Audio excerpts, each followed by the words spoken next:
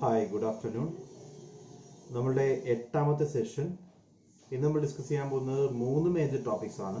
ഒന്നാമത്തെ topic vice president of India, രണ്ടാമത്തത് prime minister and his council, and മൂന്നാമതായിട്ട് attorney general of India.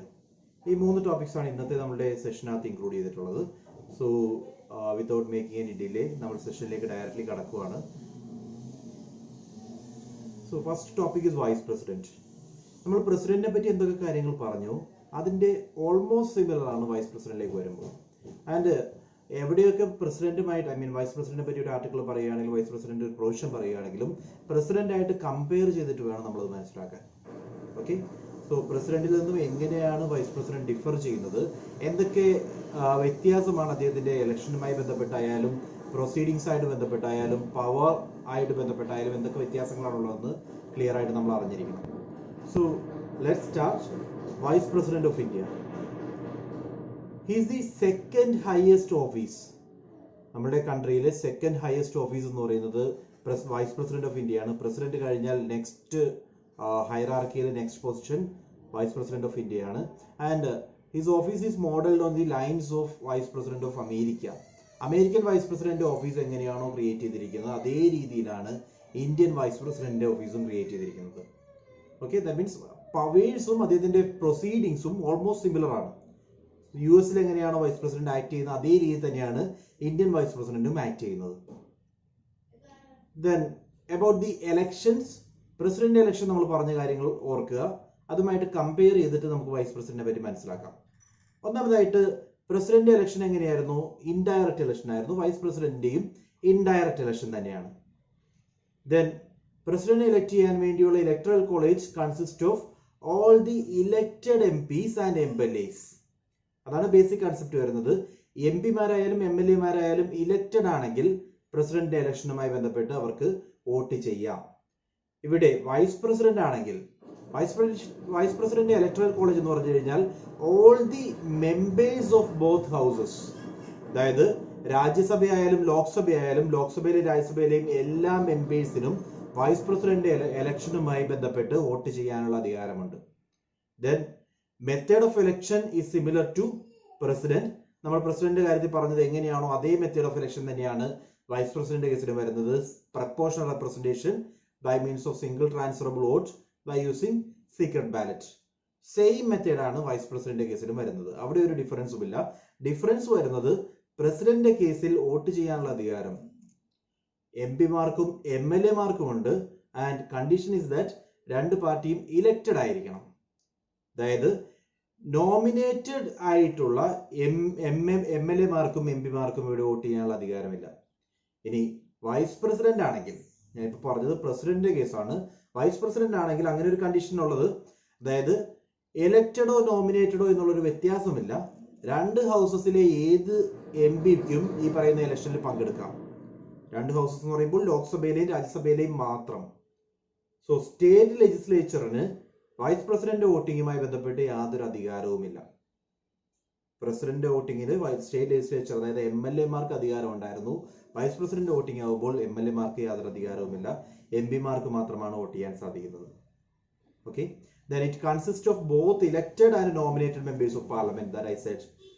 So president കേസിലാണെങ്കിൽ elected മാത്രമായിരുന്നു, whereas vice president കേസിൽ ഇലക്റ്റഡും വരുന്നുണ്ട്, അതേപോലെ തന്നെ നോമിനേറ്റഡ് മെമ്പേഴ്സും വരുന്നുണ്ട്. രണ്ടു പേർക്കും ഇതിനകത്ത് പങ്കെടുക്കാം. Then it does not include members of state legislature. അതായത് പ്രസിഡന്റ് കേസിൽ നമ്മൾ സ്റ്റേറ്റ് ലെജിസ്ലേച്ചറിലെ മെമ്പേഴ്സിനെ ഇൻക്ലൂഡ് ചെയ്തിരുന്നു. വെറാസ് ഇവിടെ വൈസ് പ്രസിഡന്റ് എലക്ട് ചെയ്യുമ്പോൾ സ്റ്റേറ്റ് ലെജിസ്ലേച്ചറിന് യാതൊരു റോളുമില്ല. സെൻട്രൽ ലെജിസ്ലേച്ചർ, അതായത് ലോക്സഭയിലെയും രാജ്യസഭയിലെയും മെമ്പേഴ്സ് ചേർന്നിട്ടാണ് വൈസ് പ്രസിഡന്റ് വോട്ടിങ്ങിന് പങ്കെടുക്കുന്നത്. ഇലക്ടറൽ കോളേജ് എന്ന് പറഞ്ഞു കഴിഞ്ഞാൽ ആ രണ്ട് ബോഡി മാത്രമാണ്. ഓക്കെ, സോ നമ്മൾ ഇലക്ഷനുമായി ബന്ധപ്പെട്ട് പറഞ്ഞ കാര്യങ്ങൾ ഓർക്കുക. Vice president American vice president മോഡലുമായിട്ട് അതേ രീതിയിൽ തന്നെയാണ് ഇന്ത്യൻ വൈസ് പ്രസിഡന്റ് മോഡലും ചെയ്തിരിക്കുന്നത്. ഇവിടെ ഇലക്ഷൻസ് എന്ന് പറയുന്നത് ഇൻഡയറക്റ്റ് ഇലക്ഷൻസ് ആണ്. ദെൻ ഇലക്ടറൽ കോളേജിൽ ഓൾ ദി എം പിസ്, അതായത് രാജ്യസഭയിലായാലും ലോക്സഭയിലായാലും എല്ലാ എം പിമാരെയും ഉൾപ്പെടുത്തിയിട്ടുണ്ട്. ദെൻ വോട്ടിംഗ് നടക്കുന്നത് proportional representation by using single transferable vote and secret ballot. അതാണ് ആ മെത്തേഡ് വരുന്നത്. സോ ഡിഫറൻസ് ക്ലിയർ ആണെന്ന് ഞാൻ വിശ്വസിക്കുന്നു. ഡിഫറൻസ്, പ്രസിഡന്റ് ആണെങ്കിൽ ഇലക്റ്റഡ് ആയിട്ടുള്ള ആൾക്ക് മാത്രമേ വോട്ട് ചെയ്യാൻ അധികാരമുള്ളൂ. വൈസ് പ്രസിഡന്റിൽ ഇലക്റ്റഡിനും നോമിനേറ്റഡിനും വോട്ട് ചെയ്യാം. രണ്ടാമതായിട്ട് പ്രസിഡന്റിന്റെ ഇലക്ഷനുമായി ബന്ധപ്പെട്ട് MLA മാർക്ക് വോട്ട് ചെയ്യാനുള്ള അധികാരമുണ്ട്, വേറെ വൈസ് പ്രസിഡന്റ് ഇലക്ഷനുമായി ബന്ധപ്പെട്ട് MP മാർക്ക് മാത്രമേ വോട്ട് ചെയ്യാനുള്ള അധികാരമുള്ളൂ. That's the difference. Moving on. Qualification. ഒരു ഇൻഡിവിജ്വൽ വൈസ് പ്രസിഡന്റ് ആയിട്ട് തിരഞ്ഞെടുക്കപ്പെടണമെങ്കിൽ അദ്ദേഹത്തിന് ഉണ്ടായിരിക്കേണ്ട ക്വാളിഫിക്കേഷൻസ്. ഒന്നാമതായിട്ട് എല്ലാ മേജർ പോസ്റ്റിനും ഉള്ളതുപോലെ he should be a citizen of India. Indian citizen ആയിരിക്കണം. രണ്ടാമതായിട്ട് മിനിമം ഏജ് 35 വയസ്സെങ്കിലും മിനിമം ഏജ് ഉണ്ടായിരിക്കണം, similar to what we said in case of president. Then he should be qualified for election as a member of Rajya Sabha. Compare ചെയ്യുക. പ്രസിഡന്റിന്റെ ക്വാളിഫിക്കേഷനിൽ നമ്മൾ പറഞ്ഞത് president should be qualified for election as a member of Lok Sabha എന്നാണ് പറഞ്ഞത്. ലോക്സഭയുടെ member ആകാൻ, അതായത് elected representatives വരുന്നത് ലോക്സഭയിലാണ്. ലോക്സഭയുടെ member ആകാനുള്ള എല്ലാ ക്വാളിഫിക്കേഷൻസും ഉണ്ടായിരിക്കണം, അല്ലെങ്കിൽ പാർലമെന്റിലെ എന്ന് ഉദ്ദേശിച്ച് ലോക്സഭയുടെയാണ്. ഇവിടെ രാജ്യസഭ അംഗമാകാനുള്ള എല്ലാ ക്വാളിഫിക്കേഷനും ഉള്ള ഒരു ഇൻഡിവിജ്വലിന് മാത്രമേ വൈസ് പ്രസിഡന്റ് ആകാൻ സാധിക്കുകയുള്ളൂ. ഓക്കെ, എന്തുകൊണ്ടാണെന്ന് ചോദിച്ചു കഴിഞ്ഞാൽ vice president is the ex officio chairman of Rajya Sabha. Vice president എന്ന് പറയുന്ന ഇൻഡിവിജ്വൽ എലക്ട് ചെയ്യപ്പെട്ട് വൈസ് പ്രസിഡന്റ് ആയി കഴിഞ്ഞാൽ അദ്ദേഹത്തിന്റെ മേജർ ജോബ് എന്ന് പറയുന്നത് രാജ്യസഭയുടെ ചെയർപേഴ്സൺ ആയിട്ട് ഇരിക്കുക എന്നുള്ളതാണ്. അതുകൊണ്ട് he belongs to Rajya Sabha.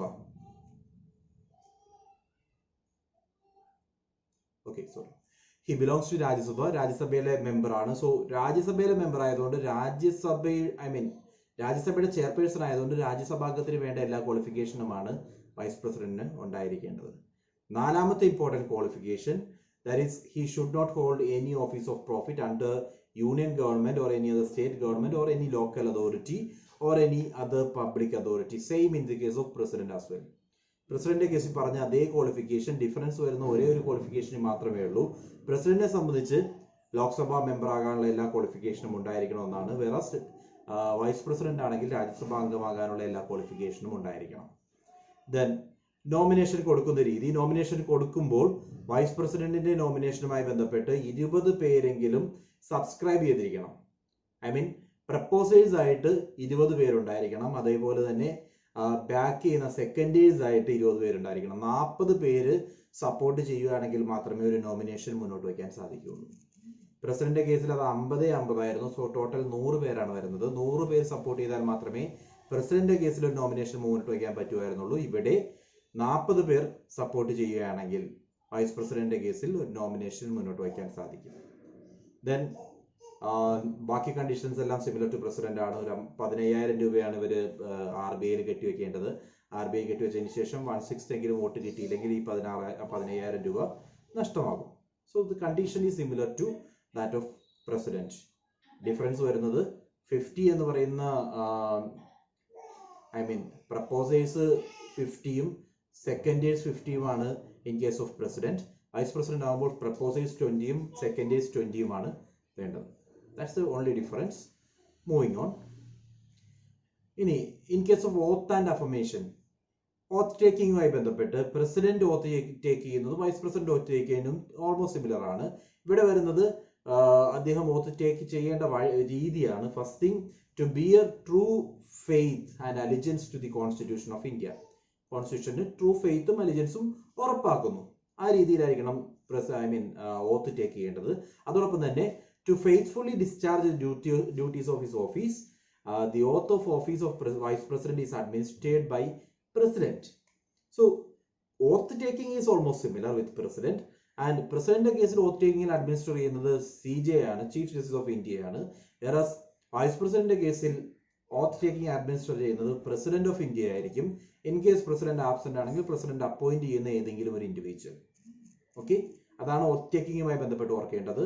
Vice പ്രസിഡന്റിന് ഓത്ത് സത്യപ്രതിജ്ഞ ചൊല്ലിക്കൊടുക്കുന്നത് പ്രസിഡന്റ് ഓഫ് ഇന്ത്യ ആയിരിക്കും. Then regarding the term of office, 5 years ആണ് വൈസ് പ്രസിഡന്റിന്റെ ടേം ഡ്യൂറേഷൻ, ടോട്ടൽ ടൈം ഓഫീസിന്റെ. And he can resign before. ഈ 5 വർഷം കംപ്ലീറ്റ് ചെയ്യുന്നതിന് മുമ്പ് റിസൈൻ ചെയ്യാം. റിസൈൻ ചെയ്യാനുള്ള ലെറ്റർ അഡ്രസ് ചെയ്യേണ്ടത് പ്രസിഡന്റ് ഓഫ് ഇന്ത്യയിലേക്കായിരിക്കണം. പ്രസിഡന്റ് ഓഫ് ഇന്ത്യക്ക് ഒരു ലെറ്റർ അയച്ചുകൊണ്ട് ഇദ്ദേഹത്തിന് ആ പോസ്റ്റിൽ നിന്ന് റിസൈൻ ചെയ്ത് പോകാനുള്ള പ്രൊവിഷൻ ഉണ്ട്. Then he can be removed by a resolution passed by majority of all the members of Rajya Sabha and agreed by Lok Sabha. That means vice president എന്ന് പറയുന്നത് ഞാൻ ഓൾറെഡി പറഞ്ഞു രാജ്യസഭയുടെ എക്സ് ഒഫീഷ്യോ ചെയർപേഴ്സൺ ആണ്. It is not like president of India. President of ഇന്ത്യക്ക് ഒരു full time job ഉണ്ട്. Whereas vice പ്രസിഡന്റിന്റെ ഫുൾ ടൈം ജോബ് എന്ന് പറയുന്നത് രാജ്യസഭയുടെ എക്സ് ഒഫീഷ്യോ ചെയർപേഴ്സൺ ആയിട്ടിരിക്കുക എന്നുള്ളതാണ്. സോ ഇങ്ങനെ ചെയർപേഴ്സൺ ആയിട്ടിരിക്കുന്ന ഹൗസ് എന്ന് പറയുന്നത് രാജ്യസഭയാണ്. സോ വൈസ് പ്രസിഡന്റിനെ റിമൂവ് ചെയ്യണമെങ്കിൽ ആ റെസൊല്യൂഷൻ ഇൻട്രൊഡ്യൂസ് ചെയ്യേണ്ടതും അത് പാസ്സാക്കേണ്ടതും ആദ്യം രാജ്യസഭയാണ്. രാജ്യസഭയിൽ ആ ബില്ല് അബ്സല്യൂട്ട് മെജോറിറ്റിയിൽ പാസ്സാകണം. അതായത് 2/3 മെജോറിറ്റിയിൽ രാജ്യസഭയിൽ ആ ബില്ല് പാസ്സാവണം. അതിനുശേഷം ബില്ല് പാസ്സായതിനു ശേഷം ലോക്സഭയിലേക്ക് അയക്കുന്നു. ലോക്സഭയിൽ ആ ബിൽ സിമ്പിൾ മെജോറിറ്റിയിൽ പാസ്സായി കഴിഞ്ഞാൽ, രാജ്യസഭയിൽ 2/3 മെജോറിറ്റി, ലോക്സഭയിൽ സിമ്പിൾ മെജോറിറ്റി പാസ്സായി കഴിഞ്ഞാൽ വൈസ് പ്രസിഡന്റ് സ്റ്റാൻഡ്സ് റിമൂവ്ഡ്. ഇതാണ് കണ്ടീഷൻ വരുന്നത് റിമൂവലുമായി ബന്ധപ്പെട്ട്. റിമൂവ് ചെയ്യുമ്പോൾ ഓർക്കേണ്ടത് വൈസ് പ്രസിഡന്റിനെ റിമൂവ് ചെയ്യാനുള്ള പ്രൊവിഷൻ ഉണ്ട്. ആ പ്രൊവിഷൻ എന്ന് പറയുന്നത് ഇങ്ങനെയാണ്: രാജ്യസഭയിലായിരിക്കണം ആ ബില്ല് ഇൻട്രൊഡ്യൂസ് ചെയ്യേണ്ടത്. രാജ്യസഭയിൽ ഇൻട്രൊഡ്യൂസ് ചെയ്ത ഈ ബിൽ 2/3 മെജോറിറ്റിയോടുകൂടി പാസ്സാക്കണം. പാസ്സാക്കിയതിനു ശേഷം ലോക്സഭയ്ക്ക് അയച്ചു കൊടുക്കുന്നു. ലോക്സഭ ഇത് സിമ്പിൾ മെജോറിറ്റിയോടുകൂടി പാസ്സാക്കി കഴിഞ്ഞാൽ വൈസ് പ്രസിഡന്റ് പോസ്റ്റിൽ നിന്നും വൈസ് പ്രസിഡന്റ് റിമൂവ് ചെയ്യപ്പെടും. Then an important thing is that പ്രസിഡന്റിന്റെ റിമൂവലുമായി ബന്ധപ്പെട്ട ഒരു ഗ്രൗണ്ട് ക്ലിയർ ആയി കോൺസ്റ്റിറ്റ്യൂഷൻ പറയുന്നുണ്ട്. ആ ഗ്രൗണ്ട് എന്ന് പറയുന്നത് കോൺസ്റ്റിറ്റ്യൂഷണൽ വയലേഷൻ ആണ്. കോൺസ്റ്റിറ്റ്യൂഷണൽ വയലേഷൻ ഉണ്ടെങ്കിൽ മാത്രമേ പ്രസിഡന്റിനെ റിമൂവ് ചെയ്യാൻ സാധിക്കുകയുള്ളൂ. വേറാസ് വൈസ് പ്രസിഡന്റ് റിമൂവലുമായി ബന്ധപ്പെട്ട ഒരു കൃത്യമായിട്ടുള്ള ഗ്രൗണ്ട് കോൺസ്റ്റിറ്റ്യൂഷൻ പറയുന്നില്ല. സോ ഏത് കാര്യത്തിന് വേണമെങ്കിലും, എന്ത് ഇഷ്യൂ ആയാലും വൈസ് പ്രസിഡന്റിനെ റിമൂവ് ചെയ്യാം. ഒരു കൃത്യമായിട്ടുള്ള ഗ്രൗണ്ട് ഓൺ വിച്ച് എന്നുള്ള രീതിയിൽ ഒരു ഗ്രൗണ്ട് കൃത്യമായിട്ട് പറയുന്നില്ല. സോ ഇത്രയും കാര്യങ്ങളാണ് ടേം ഓഫ് ഓഫീസും റിമൂവലുമായി ബന്ധപ്പെട്ട് ഓർക്കേണ്ടത്. Then what are the powers of vice president? Vice പ്രസിഡന്റിന്റെ പവേഴ്സ് എന്ന് പറയുന്നത് 2-fold ആണ്. 2 ബേസിക് പവേഴ്സ് ആയിട്ട് നമുക്ക് ക്ലാസിഫൈ ചെയ്യാം. ഒന്ന്, he acts as the ex officio chairperson of Rajya Sabha. ഇദ്ദേഹം ജോലി ചെയ്യുന്നതും ഇദ്ദേഹത്തിന് സാലറി പേ ചെയ്യുന്നതും രാജ്യസഭ ചെയർപേഴ്സൺ എന്നുള്ള രീതിയിലാണ്. വൈസ് പ്രസിഡന്റ് എന്ന് പറയുന്ന പോസ്റ്റിന് ഒരു എമിലിമെന്റ്സും ഇല്ല. എമിലിമെന്റ്സ് മൊത്തം വരുന്നത് രാജ്യസഭ ചെയർപേഴ്സൺ എന്ന് പറയുന്ന പോസ്റ്റിനാണ്. Because it is the full time duty. Rajya Sabha chairperson എന്ന് പറയുന്നതാണ് അദ്ദേഹത്തിന്റെ കംപ്ലീറ്റ് ഡ്യൂട്ടി വരുന്നത്. ഇൻ കേസ് പ്രസിഡന്റ് ആബ്സെന്റ് ആകുമ്പോൾ മാത്രമാണ് വൈസ് പ്രസിഡന്റിന് പ്രസിഡന്റിന്റെ റോൾ പ്ലേ ചെയ്യേണ്ടി വരുന്നത്. So first thing, he acts as the ex officio chairperson of Rajya Sabha. In this capacity, his powers and functions are similar to those of Speaker of Lok Sabha. So Lok Sabhയിൽ സ്പീക്കർക്കുള്ള എല്ലാ പ്രൊവിഷൻസും എല്ലാ പവേഴ്സും രാജ്യസഭയിൽ chairperson ഉണ്ട്. Rajya Sabha chairperson അതായത് vice president ഉണ്ട്. രണ്ടാമതായിട്ട്, he acts as the president when a vacancy occurs in the office of president due to his resignation, impeachment, death or otherwise. So ഇങ്ങനെ ഏതെങ്കിലും ഒരു സിനാരിയോയിൽ ഇദ്ദേഹം റിസൈൻ ചെയ്തു പോകുന്നതാകാം, അല്ലെങ്കിൽ ഇദ്ദേഹത്തെ ഇംപീച്ച് ചെയ്തതാകാം, അല്ലെങ്കിൽ ഡെത്ത് ആയതാകാം. ഇങ്ങനെയുള്ള ഏതെങ്കിലും ഒരു സിറ്റുവേഷനിൽ ആ പോസ്റ്റ് വേക്കന്റ് ആയി കഴിഞ്ഞാൽ, പ്രസിഡന്റ് എന്ന് പറയുന്ന പോസ്റ്റ് ഒരു കാരണവശാലും വേക്കന്റ് ആകാൻ പാടില്ല. അങ്ങനെ വേക്കന്റ് ആയി കഴിഞ്ഞാൽ ഉടനെ തന്നെ ആ പോസ്റ്റ് ഏറ്റെടുക്കുക എന്നുള്ളത് വൈസ് പ്രസിഡന്റ് ഉത്തരവാദിത്തമാണ്. സോ ഇൻ ദാറ്റ് കേസ് അദ്ദേഹം ഒരു ആക്ടിംഗ് പ്രസിഡന്റ് ആയിട്ടായിരിക്കും ജോബ് ചെയ്യുന്നത്. ഇൻ കേസ് ഈ പ്രസിഡന്റ് വയ്യാതിരിക്കുകയാണ്, അല്ലെങ്കിൽ for the time being he's absent from the post, അങ്ങനെയുള്ള സിറ്റുവേഷനിൽ ഒഫീഷ്യേറ്റിംഗ് പ്രസിഡന്റ് ആയിട്ടായിരിക്കും വൈസ് പ്രസിഡന്റ് ആക്ട് ചെയ്യുന്നത്. പ്രസിഡന്റിന് കണ്ടിന്യൂ ചെയ്യാൻ പറ്റാത്ത സിറ്റുവേഷൻ, അതായത് ഇംപീച്ച്മെന്റ് ആവുന്നു, റിസൈൻ ചെയ്യുന്നു, ഡെത്ത് ഹാപ്പൻ ചെയ്യുന്നു, ഇങ്ങനെയുള്ള സിറ്റുവേഷനെങ്കിൽ ആക്ടിംഗ് പ്രസിഡന്റ് ആയും. ഇൻ കേസ് പ്രസിഡന്റ് താൽക്കാലികമായിട്ട് ഇല്ലാതിരിക്കുന്ന സിറ്റുവേഷൻ ആണെങ്കിൽ ഒഫീഷ്യേറ്റിംഗ് പ്രസിഡന്റ് ആയിട്ടായിരിക്കും വൈസ് പ്രസിഡന്റ് ആക്ട് ചെയ്യുന്നത്. ഈ 2 സിറ്റുവേഷൻസിലും ആക്ട് ചെയ്യുന്ന ടൈം ഡ്യൂറേഷനിൽ ഇദ്ദേഹത്തിന്റെ സാലറിയും എമിലിമെന്റ്സും will be equal to that of president. President കിട്ടുന്ന അതേ രീതിയിലുള്ള ബെനിഫിറ്റ്സ് ആയിരിക്കും ഈ ടൈം പീരീഡിൽ അദ്ദേഹത്തിന് കിട്ടുന്നത്. ഇത്രയും കാര്യങ്ങളാണ് വൈസ് പ്രസിഡന്റുമായി ബന്ധപ്പെട്ട് ഓർക്കേണ്ടത്. ദെൻ വൈസ് പ്രസിഡന്റ് റിമൂവലുമായി ബന്ധപ്പെട്ട ഒരു ആർട്ടിക്കിൾ ഓർക്കുക. Article 67 subsection B. 67B ആണ് വൈസ് പ്രസിഡന്റ് റിമൂവലുമായി ബന്ധപ്പെട്ട് വരുന്ന ആർട്ടിക്കിൾ. സോ വൈസ് പ്രസിഡന്റുമായിട്ട് നമ്മൾ ഓർത്തിരിക്കേണ്ട ഏറ്റവും ഇമ്പോർട്ടന്റ് ആർട്ടിക്കിൾ 67B ആണ്. റിമൂവലിന്റെ ഒരു ഗ്രൗണ്ട് സ്പെസിഫൈ ചെയ്യുന്നില്ല. റിമൂവലുമായി ബന്ധപ്പെട്ട് ഓർക്കേണ്ടത് ഒരു റെസൊല്യൂഷൻ ഇൻട്രൊഡ്യൂസ് ചെയ്യേണ്ടതും 2/3 മെജോറിറ്റിയോടുകൂടി പാസ്സാക്കേണ്ടതും ആദ്യം രാജ്യസഭയാണ്, ലോക്സഭയിൽ പറ്റില്ല. ദെൻ രാജ്യസഭ അത് പാസ്സാക്കിയതിന് ശേഷം ലോക്സഭ സിമ്പിൾ മെജോറിറ്റിയോടുകൂടി പാസ്സാക്കിയാൽ തന്നെ വൈസ് പ്രസിഡന്റ് ആ പോസ്റ്റിൽ നിന്നും പുറത്താവും. ഇത്രയും കാര്യങ്ങളാണ് വൈസ് പ്രസിഡന്റുമായി ബന്ധപ്പെട്ട് പറയാനുള്ളത്. So that's all about our first topic. നമ്മുടെ രണ്ടാമത്തെ ടോപ്പിക് ഇന്ന് പ്രൈം മിനിസ്റ്ററും അദ്ദേഹത്തിന്റെ കൗൺസിലിനെയും പറ്റിയാണ്. പ്രൈം മിനിസ്റ്റർ നമ്മൾ ഓർക്കേണ്ടത് ഫസ്റ്റ് ഓഫ് ഓൾ നമ്മളുടെ ഈ കൺട്രിയിൽ ഒരു പാർലമെന്ററി സിസ്റ്റമാണ് ഫോളോ ചെയ്യുന്നത്. പാർലമെന്ററി ഫോം ഓഫ് ഗവൺമെന്റും പ്രസിഡൻഷ്യൽ ഫോം ഓഫ് ഗവൺമെന്റും തമ്മിലുള്ള ബേസിക് ഡിഫറൻസ് പറഞ്ഞു കഴിഞ്ഞാൽ പാർലമെന്ററി ഫോം ഓഫ് ഗവൺമെന്റിന് ഒരു റിയൽ ഹെഡും ഒരു നോമിനൽ ഹെഡും ഉണ്ടാവും. Whereas presidential form of government ആണെങ്കിൽ റിയൽ ഹെഡും നോമിനൽ ഹെഡും ഇല്ല, റിയൽ ഹെഡ് മാത്രമേ ഉള്ളൂ. Okay, so there is difference between theory and practice in case of parliamentary form of government. Theory പറയുന്നതും പ്രവൃത്തിയും തമ്മിൽ പാർലമെന്ററി ഫോം ഓഫ് ഗവൺമെന്റ് ആണെങ്കിൽ difference ഉണ്ട്. Whereas presidential form of government ആണെങ്കിൽ തിയറിയും പ്രാക്ടീസും similar ആണ്. രണ്ടും തമ്മിൽ യാതൊരു ഡിഫറൻസും ഉണ്ടായിരിക്കില്ല. തിയറിയും പ്രാക്ടീസുമായിട്ട് കമ്പയർ ചെയ്യുമ്പോൾ ഡിഫറൻസ് ഉണ്ടായിരിക്കും. അതായത് ഒരു പ്രസിഡൻഷ്യൽ ഫോം ഓഫ് ഗവൺമെന്റ് ആണെങ്കിൽ തിയറിയിൽ എന്താണോ പറയുന്നത് അതനുസരിച്ച് തന്നെയാണ് അവരുടെ പ്രാക്ടീസും വരുന്നത്. ഹെഡ് എന്ന് പറയുന്നത് പ്രസിഡന്റ് ഓഫ് അമേരിക്കയിൽ തന്നെയാണെങ്കിൽ അത് തന്നെയായിരിക്കും റിയൽ ഹെഡും ദെൻ ടൈറ്റിൽ ഹെഡും ടിറ്റുലാർ ഹെഡും എല്ലാം പ്രസിഡന്റ് ഓഫ് അമേരിക്ക തന്നെയായിരിക്കും. Whereas when it comes to ഇന്ത്യയിലെ സിനാരിയോ നോക്കുകയാണെങ്കിൽ ഇന്ത്യയിൽ റിയൽ ഹെഡും ടിറ്റുലാർ ഹെഡും ഡിഫറെന്റ് ആണ്. റിയൽ ഹെഡ് എന്ന് പറയുന്നത് നമ്മുടെ പ്രൈം മിനിസ്റ്ററും ടിറ്റുലാർ ഹെഡ് ടൈറ്റിലിന് വേണ്ടിയുള്ള ഹെഡ് എന്ന് പറയുന്നത് പ്രസിഡന്റ് ഓഫ് ഇന്ത്യയുമാണ്. പ്രസിഡന്റ് ഓഫ് ഇന്ത്യയെ നമ്മൾ ഹെഡ് ഓഫ് ദി എക്സിക്യൂട്ടീവ് ആയിട്ട് കരുതുന്നു, head of the union executive ആയിട്ട് കരുതുന്നു. ഇങ്ങനെയൊക്കെ നോക്കുമ്പോഴും പവർ എന്ന് പറയുന്നത് കൈകാര്യം ചെയ്യുന്നത് എപ്പോഴും പ്രൈം മിനിസ്റ്റർ ആണ് അദ്ദേഹത്തിന്റെ കൗൺസിലോട് ചേർന്ന്. പ്രൈം മിനിസ്റ്ററും കൗൺസിലും പറയുന്ന കാര്യങ്ങൾ അതേ രീതിയിൽ ഇംപ്ലിമെന്റ് ചെയ്യുക എന്നുള്ള ഓപ്ഷൻ മാത്രമാണ് പ്രസിഡന്റിന്റെ മുമ്പിലുള്ളത്. സോ റിയൽ ഹെഡ് എന്ന് പറയുന്നത് പ്രൈം മിനിസ്റ്റർ ആണ്. So there is a difference in theory and practice. തിയറിയൽ ഹെഡ് എന്ന് പറയുന്നത് പ്രസിഡന്റ് ഓഫ് ഇന്ത്യയും പ്രാക്ടിക്കൽ ഹെഡ് എന്ന് പറയുന്നത് ആക്ച്വലി പ്രൈം മിനിസ്റ്റർ ഓഫ് ഇന്ത്യയുമാണ്. അവിടെയാണ് പ്രസിഡൻഷ്യൽ ഫോം ഓഫ് ഗവൺമെന്റും പാർലമെന്ററി സിസ്റ്റം ഓഫ് ഗവൺമെന്റും ഡിഫറെന്റ് ആകുന്നത്. Okay, then president is the head of the state while prime minister is the head of the government. President എന്ന് പറയുന്നത് head of the state ആണ്. നമ്മുടെ രാജ്യത്തിന്റെ ഹെഡ് എന്ന് പറയുന്നത് പ്രസിഡന്റ് ആണ്. വേറെ പ്രൈം മിനിസ്റ്റർ എന്ന് പറയുന്നത് ഹെഡ് ഓഫ് ദി ഗവൺമെന്റ് ആണ്. അതായത് നമ്മുടെ മിനിസ്ട്രിയുടെ ഹെഡ് എന്ന് പറയുന്നത് പ്രൈം മിനിസ്റ്റർ ആണ്. So power is absolute power vested with prime minister himself. അത് എക്സിക്യൂട്ട് ചെയ്യുന്നത് അൾട്ടിമേറ്റ് പോയിന്റ് എന്ന് പറയുന്നത് മാത്രമാണ് president of India.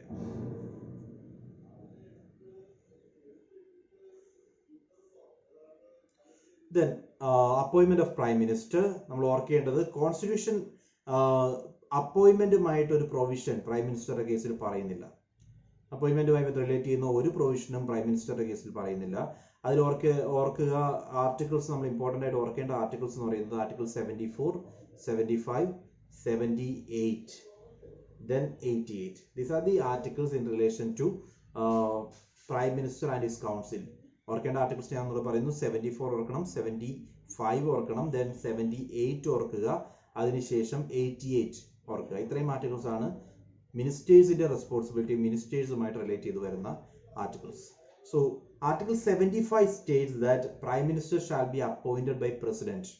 So there is a relation, direct relation specify ചെയ്യുന്നുണ്ട് കോൺസ്റ്റിറ്റ്യൂഷൻ പ്രകാരം. അല്ലാതെ അപ്പോയിന്റ്മെന്റുമായി ബന്ധപ്പെട്ട് ക്ലിയർ ആയിട്ട് എന്തൊക്കെ ക്വാളിഫിക്കേഷൻസ്, എന്തൊക്കെ ക്രൈറ്റീരിയ, അങ്ങനെ ഒന്നും കോൺസ്റ്റിറ്റ്യൂഷൻ പറയുന്നില്ല. പ്രൈം മിനിസ്റ്ററെ അപ്പോയിന്റ് ചെയ്യുക എന്നുള്ളത് പ്രസിഡന്റ് ആണ്, പ്രസിഡന്റ് അപ്പോയിന്റ് ചെയ്യണം എന്ന് മാത്രമാണ് കോൺസ്റ്റിറ്റ്യൂഷനിൽ മെൻഷൻ ചെയ്തിരിക്കുന്നത്. Then President has to appoint the leader of the majority party in the Lok Sabha as the Prime Minister. President duty അതാണ്. ആരെ പ്രൈം മിനിസ്റ്റർ ആയിട്ട് അപ്പോയിന്റ് ചെയ്യണം എന്ന് ചോദിച്ചു കഴിഞ്ഞാൽ മെജോറിറ്റി, ഇലക്ഷനിലൂടെ മെജോറിറ്റി കിട്ടി വരുന്ന പാർട്ടിയുടെ ലീഡർ ആരാണോ അദ്ദേഹത്തെയാണ് പ്രൈം മിനിസ്റ്റർ ആയിട്ട് അപ്പോയിന്റ് ചെയ്യേണ്ടത്. ഇൻ കേസ് ഒരു മെജോറിറ്റി പാർട്ടി ഇല്ല, കോalition ഗവൺമെന്റ് ആണ്, തൂക്ക് മന്ത്രിസഭയാണ്, അങ്ങനെ ഒരു സിനാരിയോ വന്നു കഴിഞ്ഞാൽ പ്രസിഡന്റിന് ഡിസ്ക്രിഷണറി പവർ കിട്ടുവാണ്. അതായത് പ്രസിഡന്റിന് ആ ടൈമിൽ ആരെ വേണമെങ്കിലും പ്രൈം മിനിസ്റ്റർ ആയിട്ട് അപ്പോയിന്റ് ചെയ്യാം.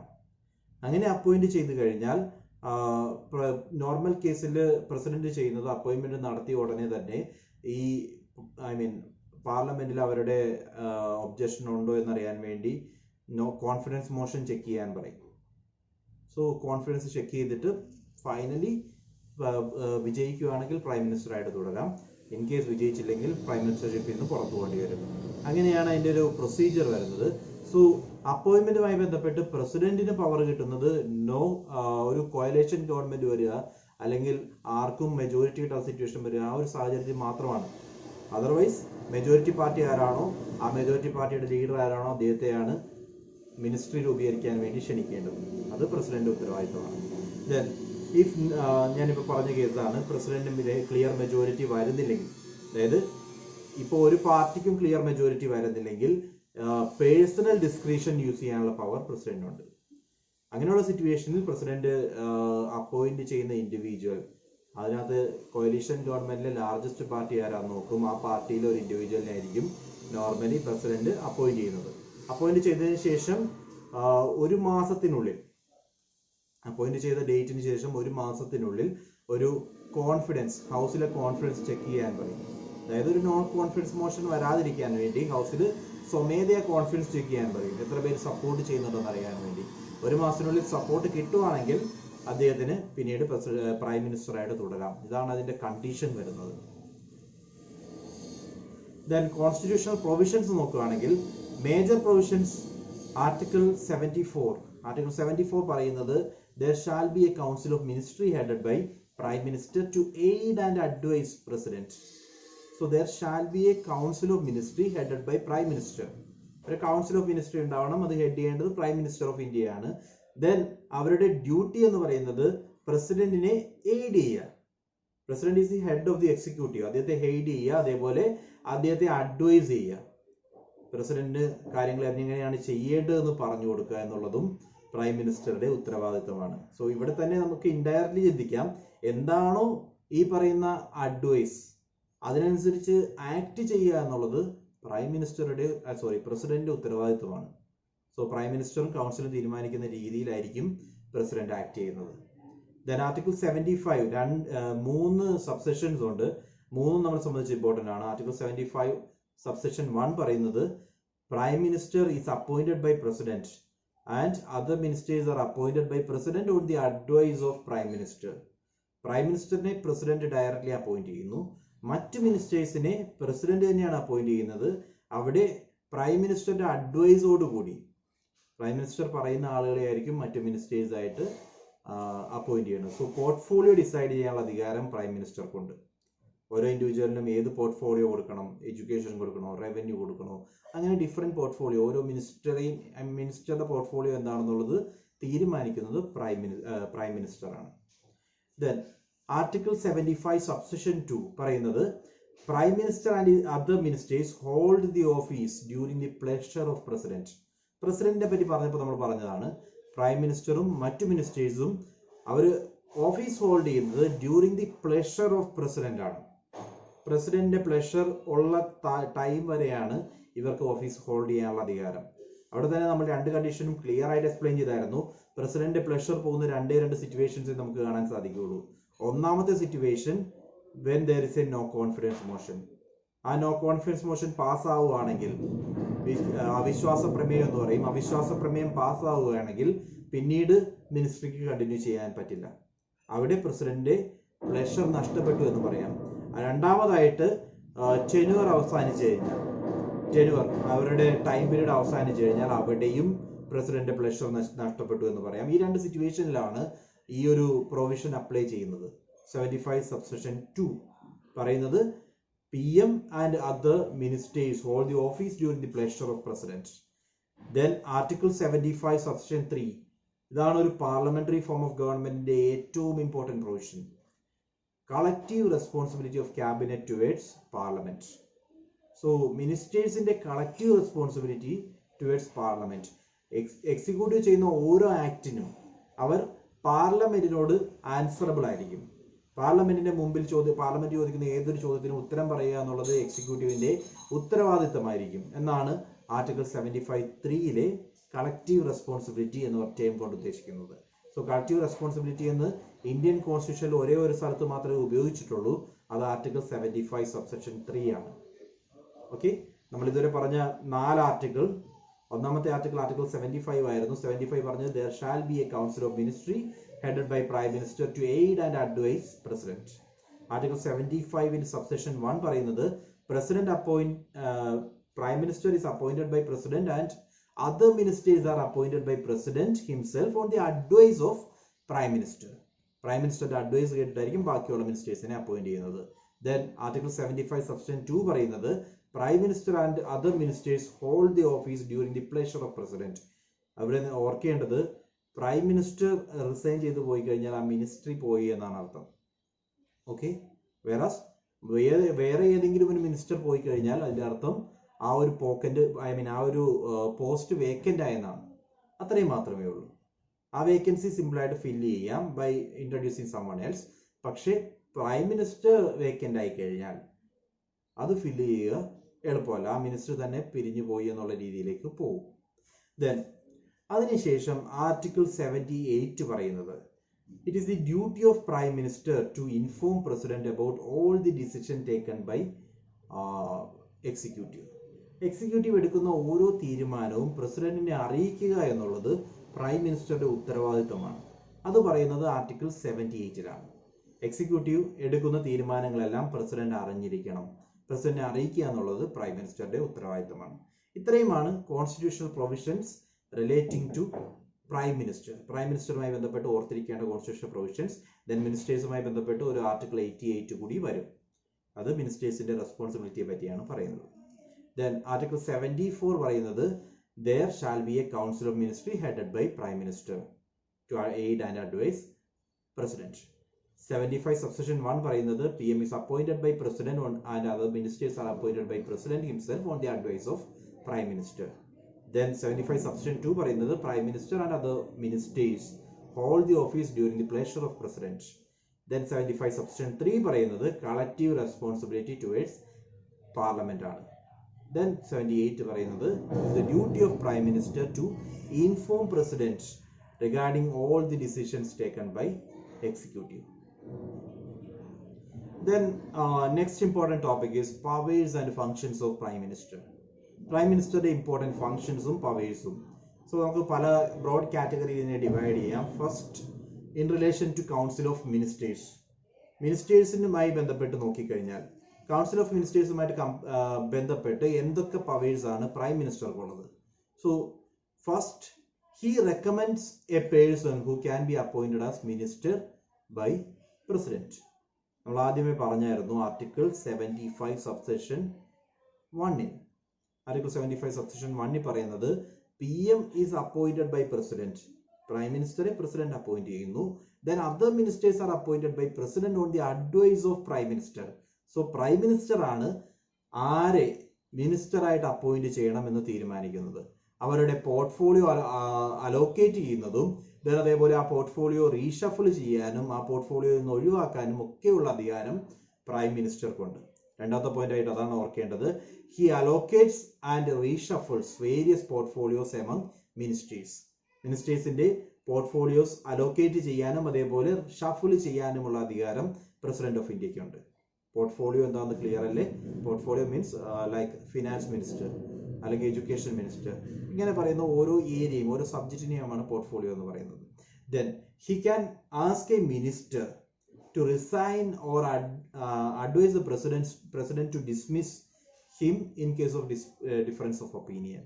ഏതെങ്കിലും ഒരു മിനിസ്റ്ററോട് പിരിഞ്ഞു പോകാൻ റെസിഗ്നേഷൻ എഴുതി തരാൻ പറയാനുള്ള ഡിമാൻഡ് ചെയ്യാനുള്ള അധികാരം പ്രൈം മിനിസ്റ്റർക്കുണ്ട്.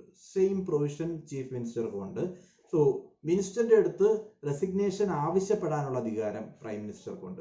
In case difference of opinion വന്നു കഴിഞ്ഞാൽ പ്രസിഡന്റിന്റെ അടുത്ത് റെക്കമെൻഡ് ചെയ്യാം ഈ ഇൻഡിവിജ്വലിനെ പറഞ്ഞുവിടാൻ. അതിനുമുള്ള അധികാരം പ്രൈം മിനിസ്റ്റർക്ക് ഉണ്ട്.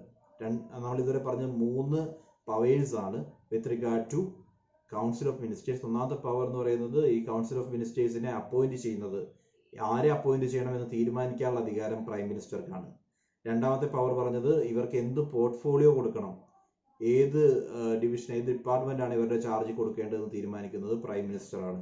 മൂന്നാമതായിട്ട് പറഞ്ഞത് ഏതെങ്കിലും ഒരു ഇൻഡിവിജ്വലിനോട് ഏതെങ്കിലും ഒരു മിനിസ്റ്ററോട് റിസൈൻ ചെയ്യാൻ പറയാനുള്ള അധികാരം പ്രൈം മിനിസ്റ്റർക്കുണ്ട്. അതേപോലെ ഇൻ കേസ് ഏതെങ്കിലും ഒരു ഇൻഡിവിജ്വലിനെ പറഞ്ഞു വിടണമെങ്കിൽ അത് റെക്കമെൻഡ് ചെയ്യാൻ, പറഞ്ഞു വിടാനുള്ള അധികാരം പ്രസിഡന്റാണ്, അത് റെക്കമെൻഡ് ചെയ്യാനുള്ള അധികാരം പ്രൈം മിനിസ്റ്റർക്കുണ്ട്. പ്രൈം മിനിസ്റ്റർ റെക്കമെൻഡ് ചെയ്ത് കഴിഞ്ഞാൽ പ്രസിഡന്റ് അത് പറഞ്ഞു വിടണം.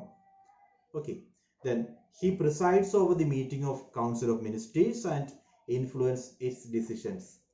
So Council of Ministers meeting, എല്ലാ മീറ്റിംഗും പ്രിസൈഡ് ഓവർ ചെയ്യുന്നത് പ്രൈം മിനിസ്റ്റർ ആയിരിക്കും. പ്രൈം മിനിസ്റ്റർ ആണ് ചെയർ. ദെൻ ആ ചെയറിന്റെ തീരുമാനങ്ങൾക്ക് ഇമ്പോർട്ടൻസും ഉണ്ട്. He guides, directs, controls and coordinates the activities of all the ministries. നമ്മുടെ മിനിസ്ട്രിയിലുള്ള എല്ലാ മിനിസ്റ്റേഴ്സിൻ്റെയും ആക്ടിവിറ്റീസ് കൺട്രോൾ ചെയ്യാനും എല്ലാ മിനിസ്ട്രീസിൻ്റെ ആക്ടിവിറ്റീസ് ഓവർസീ ചെയ്യാനും ഗൈഡ് ചെയ്യാനും സജഷൻസ് കൊടുക്കാനുമുള്ള അധികാരം പ്രൈം മിനിസ്റ്റർക്കുണ്ട്. And finally he can bring about the collapse of council of ministers by resigning from office. മന്ത്രിസഭ പിരിച്ചുവിടാനുള്ള അധികാരം പ്രൈം മിനിസ്റ്റർക്കുണ്ട്. സോ അദ്ദേഹം റിസൈൻ ചെയ്തു പോവുകയാണെങ്കിൽ മന്ത്രിസഭ പിരിഞ്ഞു പോകുന്നു എന്നാണ് അതിൻ്റെ അർത്ഥം. സോ പ്രൈം മിനിസ്റ്റർ എന്നുള്ള പദവി റിസൈൻ ചെയ്യാനുള്ള അധികാരം, അതായത് മിനിസ്ട്രി മൊത്തമായിട്ട് പിരിച്ചുവിടാനുള്ള അധികാരം ഈ പറയുന്ന പ്രൈം മിനിസ്റ്റർക്കുണ്ട്. സോ ഇത്രയുമാണ് പ്രൈം മിനിസ്റ്ററുടെ power with relation to council of ministers. Okay. രണ്ടാമത്തെ party in relation to president. പ്രസിഡന്റുമായി ബന്ധപ്പെട്ട് പ്രൈം മിനിസ്റ്റർക്ക് എന്തൊക്കെ പവേഴ്സ് ആണുള്ളതെന്ന് നോക്കാം. ഒന്നാമതായിട്ട് he is the principal channel. പ്രസിഡന്റും പാർലമെന്റും തമ്മിൽ കണക്ട് ചെയ്യുന്ന ലിങ്ക് എന്ന് പറയുന്നത് പ്രൈം മിനിസ്റ്റർ ഓഫ് ഇന്ത്യയാണ്. സോ പ്രൈം മിനിസ്റ്റർ വഴിയായിരിക്കും പ്രസിഡന്റിലേക്ക് പോകുന്നത്. ഐ മീൻ പാർലമെന്റിലേക്കുള്ള ഡിസ്കഷൻ പ്രസിഡന്റ് കൊടുക്കുന്നു. അതേപോലെ പാർലമെന്റ് പറയാനുള്ള കാര്യങ്ങളെല്ലാം പ്രസിഡന്റിലേക്ക് എത്തുന്നതും പ്രൈം മിനിസ്റ്റർ വഴിയായിരിക്കും. So his the interlink between these two parties. Then so first of all, to communicate to president all the decisions taken in the council of ministers regarding the administration of affairs. So ministers എടുത്തിട്ടുള്ള എല്ലാ തീരുമാനങ്ങളും so ഓർക്കേണ്ടത് council നമ്മളുടെ പാർലമെന്റിൽ എടുത്തിരിക്കുന്ന ഏതൊരു തീരുമാനവും പ്രസിഡന്റിനെ അറിയിക്കുന്നത് പ്രൈം മിനിസ്റ്റർ വഴിയായിരിക്കും. പ്രൈം മിനിസ്റ്റർ ആണ് കമ്മ്യൂണിക്കേറ്റ് ചെയ്യേണ്ടത്. നമ്മളത് ആർട്ടിക്കിളിൽ തന്നെ പറഞ്ഞു. ആർട്ടിക്കിൾ 78 പറയുന്നതാണ് it is the duty of prime minister to inform president. So എക്സിക്യൂട്ടീവിന്റെ ഓരോ തീരുമാനവും യൂണിയൻ അഫയേഴ്സുമായി ബന്ധപ്പെട്ട് ലെജിസ്ലേഷനുമായി ബന്ധപ്പെട്ടുള്ള എല്ലാ തീരുമാനങ്ങളും പ്രസിഡന്റിനെ അറിയിക്കുക എന്നുള്ളത് പ്രൈം മിനിസ്റ്ററുടെ ഉത്തരവാദിത്തമാണ്. Then he furnishes such information relating to the administration of affairs of the union and proposals of legislation as the president may call for. So ചില കേസുകളിൽ പ്രസിഡന്റ് ചോദിക്കും ഇതുമായി ബന്ധപ്പെട്ട ഇൻഫർമേഷൻ തരാൻ. അങ്ങനെ തരാൻ പറയുമ്പോൾ കൊടുക്കേണ്ടത് പ്രൈം മിനിസ്റ്ററുടെ ഉത്തരവാദിത്തമാണ്. ചില ബില്ലുമായി ബന്ധപ്പെട്ട് എന്താണ് അതിന്റെ പ്രൊസീഡിങ്സ് കാര്യങ്ങൾ ചോദിക്കാനുള്ള അധികാരം പ്രസിഡന്റിനുണ്ട്. അങ്ങനെ ചോദിച്ചു കഴിഞ്ഞാൽ അത് സബ്മിറ്റ് ചെയ്യേണ്ടത് പ്രൈം മിനിസ്റ്ററാണ്.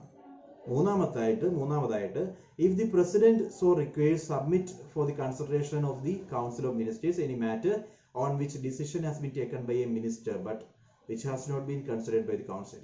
ഏതെങ്കിലും ഒരു മിനിസ്റ്റർ എടുത്ത ഒരു തീരുമാനം, ഒരു പുതിയ പ്രപ്പോസൽ മിനിസ്റ്ററായിട്ട് ഇൻട്രൊഡ്യൂസ് ചെയ്യുന്നു, പുതിയൊരു ആക്ട് കണ്ടക്ട് ചെയ്യുന്നു, ഈ പറയുന്ന പ്രൊസീഡിങ്സുമായി ബന്ധപ്പെട്ട് കൗൺസിൽ ചർച്ച ചെയ്ത് തീരുമാനിക്കാൻ പറയാനുള്ള അധികാരം പ്രസിഡന്റിനുണ്ട്. സോ ഇങ്ങനെ ഒരു പ്രസിഡന്റ് അങ്ങനെ ഒരു കാര്യം പറയുകയാണെങ്കിൽ അത് കൗൺസിലിൽ ചർച്ച ചെയ്തു എന്ന് ഉറപ്പുവരുത്തേണ്ടത് പ്രൈം മിനിസ്റ്ററാണ്. പ്രൈം മിനിസ്റ്റർ വഴിയായിരിക്കും ആ ഡിസിഷൻസ് എല്ലാം പോകുന്നത്. സോ പ്രസിഡന്റുമായി ബന്ധപ്പെട്ട് വരുന്ന എല്ലാ കാര്യങ്ങളും പ്രൈം മിനിസ്റ്റർ വഴി മാത്രമേ കൗൺസിലിലേക്ക് എത്തുള്ളൂ. ഓക്കെ. 3 ഇമ്പോർട്ടൻറ്റ് കാര്യമാണ് നമ്മൾ പറഞ്ഞത്. ഈ രീതിയിൽ കമ്മ്യൂണിക്കേഷൻ ചാനലായിട്ട് പ്രൈം മിനിസ്റ്റർ ആക്ട് ചെയ്യുന്നത്. ഒന്നാമതായിട്ട് to communicate to president regarding the administration of the മിനിസ്ട്രിയുടെ അഡ്മിനിസ്ട്രേഷനുമായി ബന്ധപ്പെട്ട് ലോ മേക്കിങ്ങുമായി ബന്ധപ്പെട്ട് എന്തെങ്കിലും കാര്യങ്ങളുണ്ടെങ്കിൽ അത് പ്രസിഡന്റിനെ അറിയിക്കുക. രണ്ടാമതായിട്ട് പ്രസിഡന്റ് ചോദിക്കുന്ന ഇൻഫർമേഷൻ, എന്തെങ്കിലും ഒരു കാര്യത്തിൽ പ്രസിഡന്റ് ഒരു ഇൻഫർമേഷൻ ചോദിച്ചു കഴിഞ്ഞാൽ, റിക്വയർ ചെയ്തു കഴിഞ്ഞാൽ ആ ഇൻഫർമേഷൻ പ്രൊവൈഡ് ചെയ്യുക എന്നുള്ളതും പ്രൈം മിനിസ്റ്റർ വഴിയായിരിക്കണം. മൂന്നാമതായിട്ട് കൗൺസിലിലേക്ക് ഏതെങ്കിലും ഒരു മാറ്റർ ഡിസ്കസ് ചെയ്യാൻ വേണ്ടി പ്രസിഡന്റ് പറയുകയാണെങ്കിൽ അതും പ്രൈം മിനിസ്റ്റർ വഴിയായിരിക്കണം മൂവ് ചെയ്യേണ്ടത്. So these are the powers in relation to president. And അവിടെ നമ്മൾ പറഞ്ഞത് ഒരു ചാനലായിട്ട് ആക്ട് ചെയ്യുന്ന പവേഴ്സ് ആണ്. രണ്ടാമതായിട്ട് he advises the president with regard to the appointment of important officials. നമ്മൾ ഈ കൺട്രിയിൽ വരുന്ന ഓൾമോസ്റ്റ് എല്ലാ ഇമ്പോർട്ടൻറ്റ് ഒഫീഷ്യൽസിനെയും അപ്പോയിന്റ് ചെയ്യുന്നത് പ്രസിഡന്റ് ഓഫ് ഇന്ത്യയാണ്. ആ അപ്പോയിന്റ്മെന്റുമായി ബന്ധപ്പെട്ട് ആ അപ്പോയിന്റ്മെന്റ് നടത്തേണ്ടത് ആരെയാണ് എന്ന് തീരുമാനിക്കാനുള്ള അധികാരം പ്രൈം മിനിസ്റ്റർക്കാണ്. സോ പ്രൈം മിനിസ്റ്റർ പറയുന്ന ആളെ വേണം പ്രസിഡന്റ് അപ്പോയിന്റ് ചെയ്യാൻ. പ്രൈം മിനിസ്റ്റർ ഒരിക്കലും ഒറ്റയ്ക്ക് നിൽക്കുന്നില്ല. Prime minister and his council, prime മിനിസ്റ്ററും കൗൺസിൽ ഓഫ് മിനിസ്റ്റേഴ്സും ഇവർ റെക്കമെൻഡ് ചെയ്യുന്ന ആളുകളെ വേണം അപ്പോയിന്റ് ചെയ്യാൻ. ആൻഡ് ലൈക്ക് അറ്റോർണി ജനറൽ ആയാലും controller and auditor general of India ആയാലും chairman and members of UPSC ആയാലും ഈ പറയുന്ന എല്ലാ പോസ്റ്റുകളിലേക്കും ആളുകളെ അപ്പോയിന്റ് ചെയ്യുമ്പോൾ അഡ്വൈസ് ചെയ്യാനുള്ള അധികാരം പ്രൈം മിനിസ്റ്റർക്കുണ്ട്. Okay, so these are the powers in relation to president. Then in relation to parliament, പാർലമെന്റുമായി ബന്ധപ്പെട്ട് പ്രൈം മിനിസ്റ്റർക്ക് എന്തൊക്കെ പവർ ഉണ്ടെന്ന് നോക്കാം. ഒന്നാമതായിട്ട് he advises the president to with regard to summoning and proroguing the sessions of parliament. Parliament sessions എന്ന് start ചെയ്യണം, എന്ന് അവസാനിപ്പിക്കണം, സെഷൻ വിളിക്കാനും സെഷൻ എൻഡ് ചെയ്യാനും റെക്കമെൻഡ് ചെയ്യാനുള്ള അധികാരം പ്രൈം മിനിസ്റ്റർക്കാണ്. ആ റെക്കമെൻഡേഷനെ ബേസ് ചെയ്തുകൊണ്ടായിരിക്കും പ്രസിഡന്റ് പവേഴ്സ് പറഞ്ഞപ്പോൾ നമ്മൾ പറഞ്ഞാണ് president has the right to summon and prorogue the sessions. So prorogue ചെയ്യാനായാലും സമൻ ചെയ്യാനായാലും ആ ടൈമിൽ റെക്കമെൻഡേഷൻ കൊടുക്കേണ്ടത് പ്രൈം മിനിസ്റ്ററാണ്. പ്രൈം മിനിസ്റ്റർ പറയുന്നത് അനുസരിച്ചേ പ്രസിഡന്റ് ആക്ട് ചെയ്യാൻ പറ്റുള്ളൂ. സ്വന്തമായിട്ട് ഇക്കാര്യങ്ങളിലൊന്നും തീരുമാനിക്കാനുള്ള അധികാരം പ്രസിഡന്റിനില്ല. Then he can recommend dissolution of Lok Sabha to president at any time.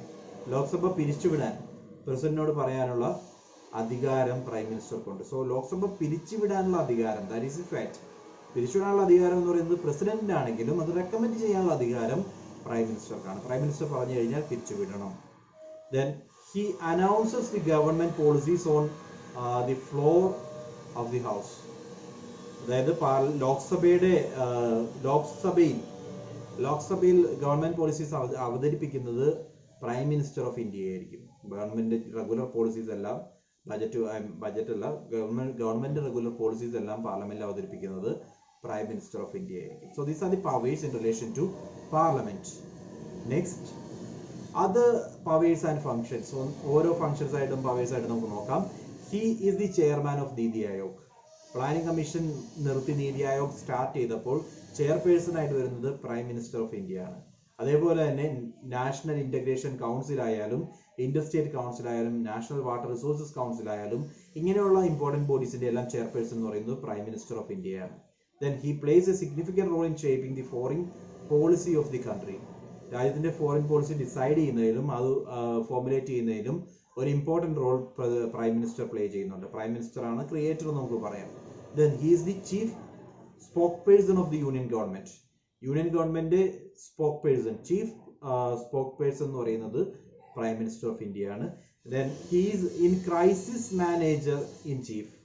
He is the crisis manager in chief at the political level during emergencies. Emergencies ടൈമിലാണെങ്കിൽ എന്തെങ്കിലും ഒരു എമർജൻസി സിറ്റുവേഷനിലാണെങ്കിൽ ക്രൈസിസ് മാനേജർ ഇൻ ചീഫ് എന്ന് പറയുന്നത് president of India ആയിരിക്കും.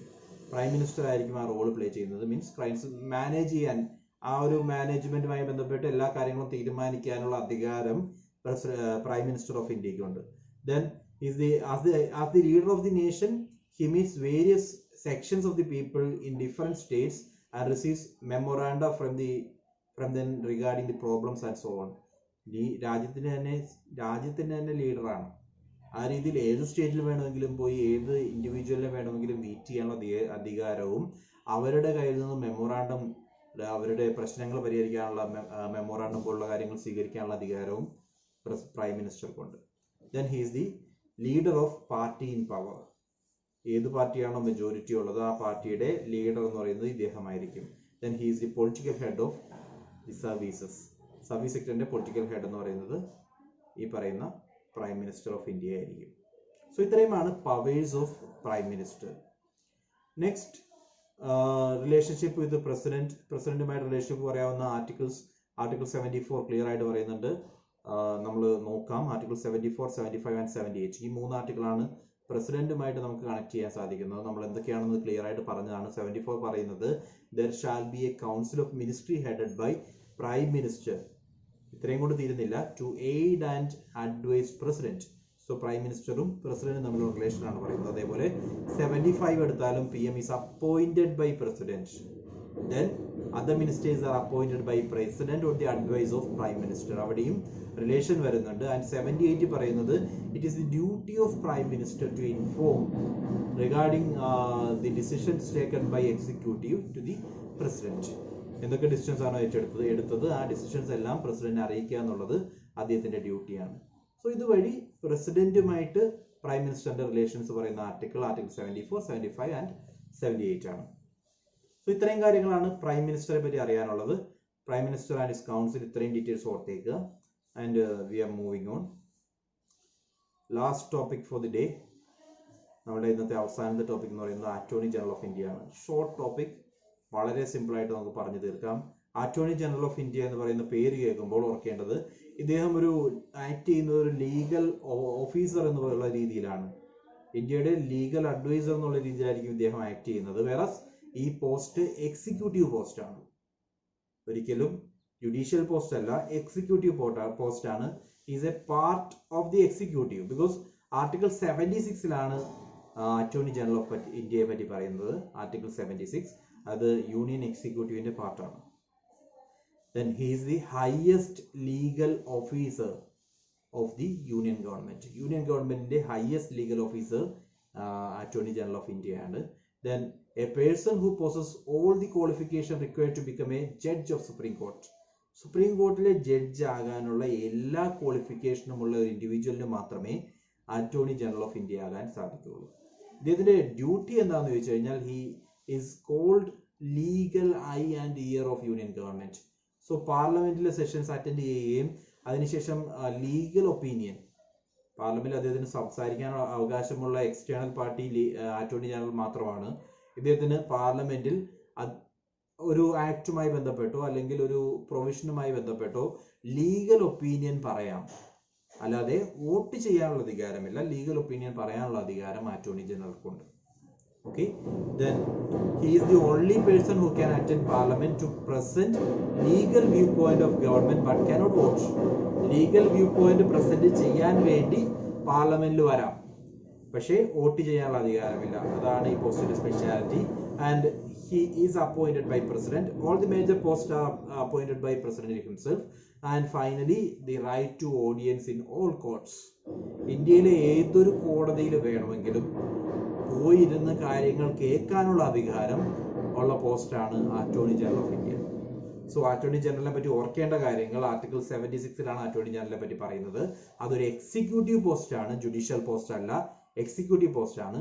Then he is the highest legal officer of union government. ഇന്ത്യയിലെ highest legal officer ആണ്. And the qualification is that a person who possess all the qualification required to become a judge of supreme court. Supreme court judge ആകാൻ വേണ്ട എല്ലാ ക്വാളിഫിക്കേഷനും ഉള്ള ഒരു ഇൻഡിവിജ്വലിന് മാത്രമേ attorney general ആകാൻ സാധിക്കുകയുള്ളൂ. Then he is called legal eye and ear of union government. Then he is the only person who can attend the parliament and present his legal view. Legal point of view ആണ്, union government legal point of view present ചെയ്യാൻ വേണ്ടി parliament attend ചെയ്യാവുന്ന person ആണ്. പക്ഷേ he do not have the right to vote. And finally he has the right to audience in all courts. ഇന്ത്യയിലുള്ള ഏതൊരു കോടതിയിൽ വേണമെങ്കിലും പോയിരുന്ന് അവിടെ ഡിസ്കസ് ചെയ്യുന്ന കാര്യങ്ങൾ കേൾക്കാനുള്ള അധികാരം ഈ ഇൻഡിവിജ്വലിനുണ്ട്, അറ്റോർണി ജനറൽ. സോ നമ്മൾ ഇന്ന് പറഞ്ഞ 3 മേജർ പോസ്റ്റുകളെ പറ്റിയാണ്. ഒന്നാമതായി നമ്മൾ ഡിസ്കസ് ചെയ്തത് വൈസ് പ്രസിഡന്റ് ഓഫ് ഇന്ത്യയെ പറ്റിയായിരുന്നു. വൈസ് പ്രസിഡന്റുമായി ബന്ധപ്പെട്ട് അദ്ദേഹത്തിന്റെ ഇലക്ഷനെ പറ്റി ഡീറ്റെയിൽ ആയിട്ട് അറിയുക. ദെൻ അദ്ദേഹത്തിന്റെ റിമൂവലിനെ പറ്റി ഡീറ്റെയിൽ ആയിട്ട് അറിയുക. Then he is the X official chairman of Rajya Sabha. ഇത്രയും കാര്യങ്ങൾ വൈസ് പ്രസിഡന്റിനെ പറ്റി അറിയണം. ദെൻ പ്രൈം മിനിസ്റ്ററിലേക്ക് വന്നു കഴിഞ്ഞാൽ പ്രൈം മിനിസ്റ്റർ വരുമ്പോൾ തന്നെ പാർലമെന്ററി ഫോം ഓഫ് ഗവൺമെന്റിനെ പറ്റി ക്ലിയർ ആയിട്ട് മനസ്സിലാക്കുക. പാർലമെന്ററി ഫോമും പ്രസിഡൻഷ്യൽ ഫോമും തമ്മിലുള്ള ഡിഫറൻസ് അറിയണം. ദെൻ പ്രൈം മിനിസ്റ്ററുടെ റോൾ എന്താണ്, എന്തുകൊണ്ടാണ് പ്രൈം മിനിസ്റ്ററിനെ റിയൽ ഹെഡ് എന്ന് വിളിക്കുന്നത്, എന്തുകൊണ്ടാണ് പ്രസിഡന്റ് ടിറ്റുലാർ ഹെഡ് മാത്രമാകുന്നത്, ഇതെല്ലാം ക്ലിയർ ആയിട്ട് അറിയണം. പ്രൈം മിനിസ്റ്റർ സ്റ്റേ ചെയ്യണമെങ്കിൽ കൗൺസിൽ ഓഫ് മിനിസ്ട്രിയോടൊപ്പം മാത്രമേ സാധിക്കുകയുള്ളൂ, അതിനെപ്പറ്റി അറിയുക. Then what you mean by cabinet, ഞാനത് പറഞ്ഞിട്ടില്ല. സോ അതെന്താണെന്ന് കണ്ടുപിടിക്കുക. ഇതെല്ലാമാണ് നമ്മളുടെ പ്രൈം മിനിസ്റ്ററുമായി ബന്ധപ്പെട്ട് വരുന്ന important things. And finally attorney general of India. Attorney general of ഇന്ത്യയുടെ പൊസിഷൻ എങ്ങനെയാണ്, ലീഗൽ ആണോ എക്സിക്യൂട്ടീവ് ആണോ, ആൻഡ് അദ്ദേഹത്തിൻ്റെ റോൾ എന്താണ് യൂണിയൻ ഗവൺമെൻറ്, ഇങ്ങനെയുള്ള കാര്യങ്ങളെല്ലാം ഇന്നത്തെ സെഷനിൽ നിന്നും മനസ്സിലാക്കിയിട്ടുണ്ടാവണം. Okay, that's all for the day. Thank U.